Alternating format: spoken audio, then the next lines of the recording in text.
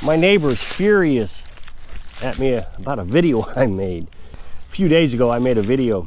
And I make these videos occasionally. They're like a joke video. When people tell me I'm faking it, you know, faking living off-grid, that I don't actually live on this property. So I always make these joke videos. I've made, I don't know, 4 or 5 of them in the last 3 years.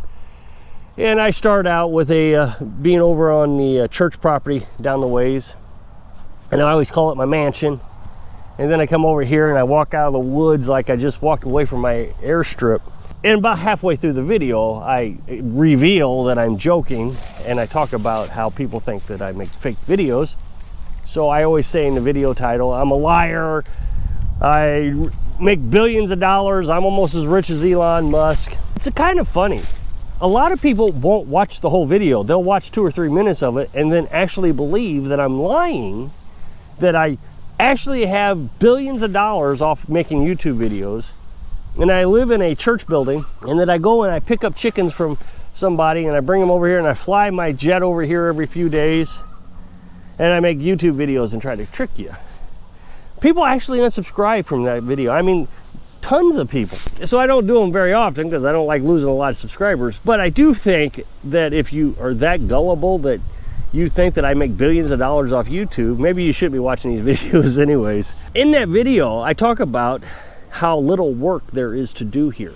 And a lot of people just can't believe that. And I think that's where my downfall is that I say that this is actually a pretty easy lifestyle. Of course, you got the guys who want to thump their chest and talk about how tough they are. I work from before sunup until way past bedtime, living off grid. And well, what are you doing? I mean, how is it that complicated? The whole point, in my mind, of living off grid is to minimize your life. Feel like I've demonstrated that. You know, we minimize our life. We live in a tiny house. We don't have a lot of things. The house I built was $5,000. You can buy sheds at Home Depot for about the same price. The property was $4,200. It's all paid for. I don't have debt. And I think that's part of the problem is there's so much debt in the world, people can't figure out how to get out of it. So in order to live, you have to work hard so you can get out of debt. You're just always paying someone else for your junk.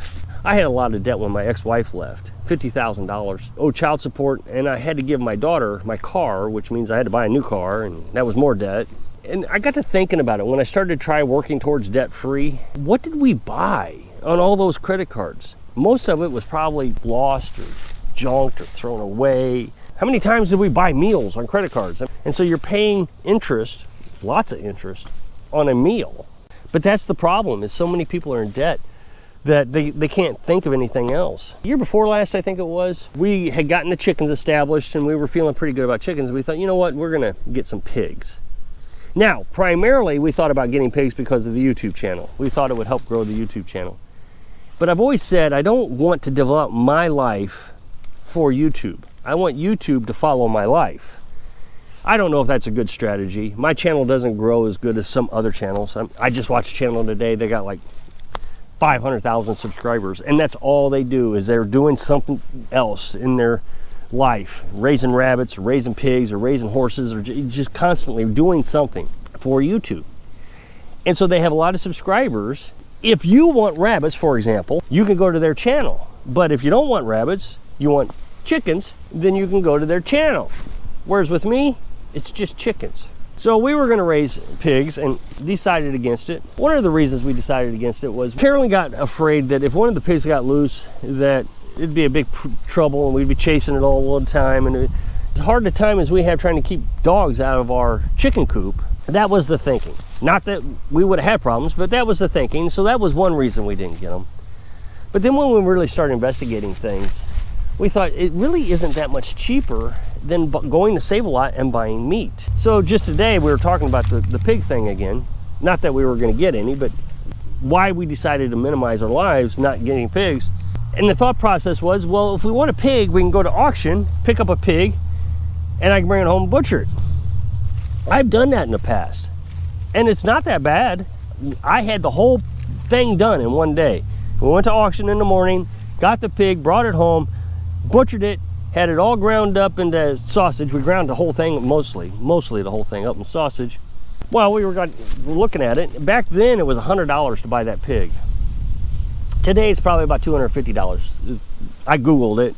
It ranges from $200 to $250. So when you look at it, the prices are around $1.30 a pound. After you process it and you get the meat out of it, I think you got, I don't remember, let's say it was 140 pounds, 130 pounds of meat. And you break down with the $250 price you paid, it came up to about $1.30. Well, when we go to Save-A-Lot, we can actually buy meat for $1.30, $1.25 sometimes. And then we can bring it home, can it up, put it in a canner, and then I'm only dealing with 30 pounds, 20 pounds of meat at the most per month. Whereas if we had a pig, we'd have to do it in the wintertime. That way we could hang it for a few days, keep it cool, and every day I'd be canning 40 jars of pork. That'd be a lot of work, and it would be a lot of stress. So here we are trying to figure out how to minimize life, and then we go and do something crazy like buy a pig, and then you're just overworked, overwhelmed for a week or two. Same thing if we'd had a pig, bought a pig, raised it, butchered it, same thing would have happened. Except I think we were thinking about getting 3 pigs. My day is pretty simple. I get up in the morning, I feed the cat, I come out, I open up the door for the chickens so they can come out when they're ready.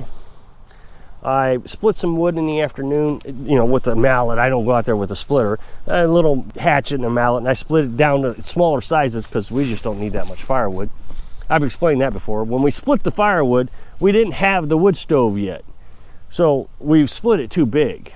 And then about 4 o'clock, depending on the cloudiness of the day, I come down, I put 2 coffee cans of food in with the chickens, fill their water, close up their chicken coop because they're already in bed. And then I come back in to the house and we watch Netflix or Amazon Prime.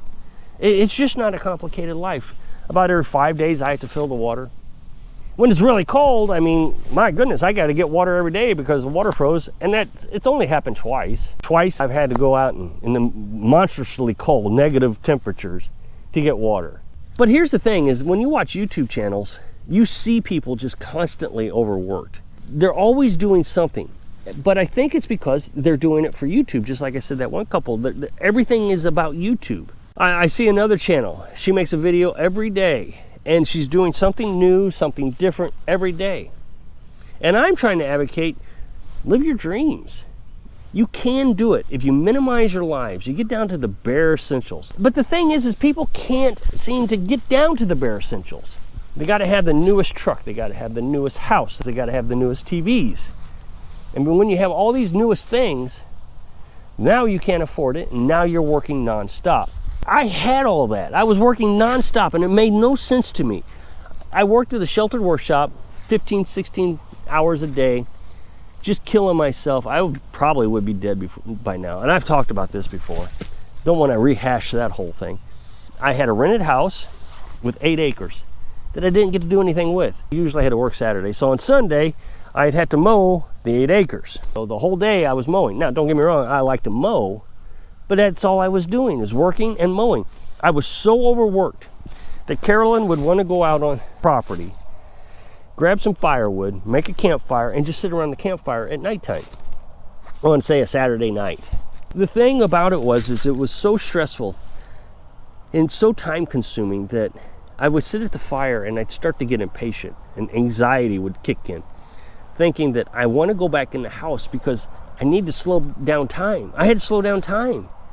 Sitting there wasting time watching a fire, although absolutely fantastic, time was just flying by, and before you know it, an hour or two was gone of your time off. I couldn't afford that. I had to slow time down. Doesn't bother me at all. What am I in a hurry for?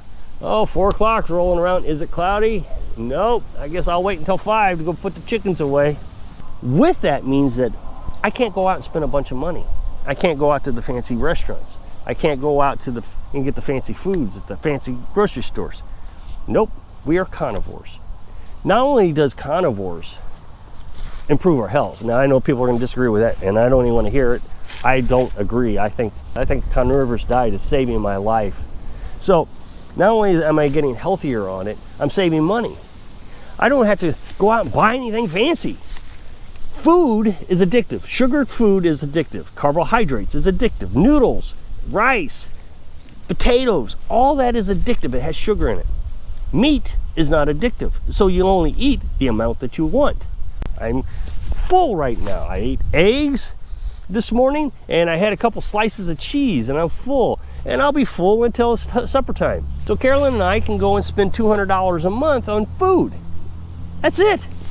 We eat the eggs, and we are at a point now where hopefully by this time next year, that's all we'll have to have. We'll have enough eggs that we can just eat eggs. And once you minimize your life, and people are gonna say, oh, I just couldn't live like that. I gotta have. Well, when you gotta have, now you're putting extra stress and extra work on your life. Gotta have that coffee. I gotta have that soda. I gotta have that cigarette. I gotta have that beer. And now you gotta have more money. And I don't gotta have anything.